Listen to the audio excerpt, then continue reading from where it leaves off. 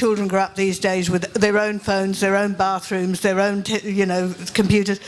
The idea of sharing with people, the idea of talking to people, the idea of having skills in being able to do that, I think could disappear if we don't encourage people to actually get together. Yet people want to get together.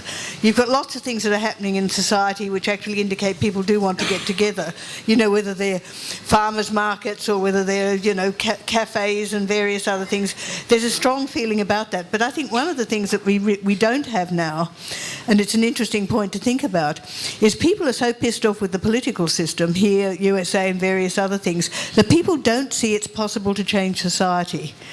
And I suppose that's one of the things that having, because I'm old, I can remember when we did think we could change society.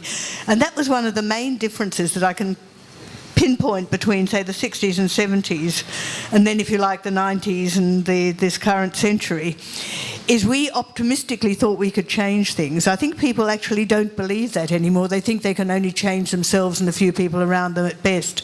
And I think we've got to be able to get people to see, A, that they've got a responsibility to other people, not just to themselves, and B, that you can make changes. And I think one of the interesting questions that we need to do is, how do we stop people whinging about what they don't like and trying to articulate what they do like, what they want?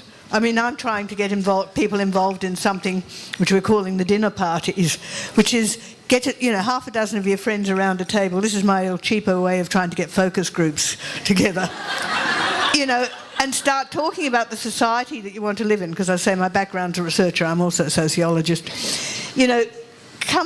Start thinking about the way that you would like to live with other people, what sort of society you want, not what sort of economy we live in, which is all we do, politicians talk about. Send the stuff to a group of us that are setting it up, and we'll send you stuff back so we can actually give people a sense of, yes, we can have a dream about a better society.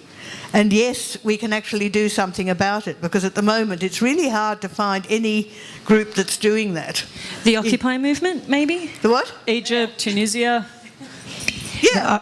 There's all this stuff happening online at the moment. Maybe it started in Wall Street in America, the Occupy Wall Street movement. I think that's a and the start of Occupy something, movement has gone around, and I mean that's all because of online communication. Yeah, absolutely.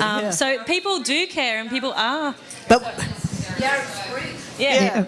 So there's a lot of people and that's what I'm saying, that the feelings are there, people want to do it, but it's that finding the direction to do it in, and not assuming that if you sort of send some money or, send an email or forget up, that you've actually changed the world, So it's trying to find ways that you can actually build on the fact that there is those feelings out there, and how do you actually build from that into something which starts talking about how do you change society in a more optimistic way. And I think, yes, the Occupy movements are an interesting phenomenon, because they come out of the frustration of not being able to find anywhere else to put your political energies.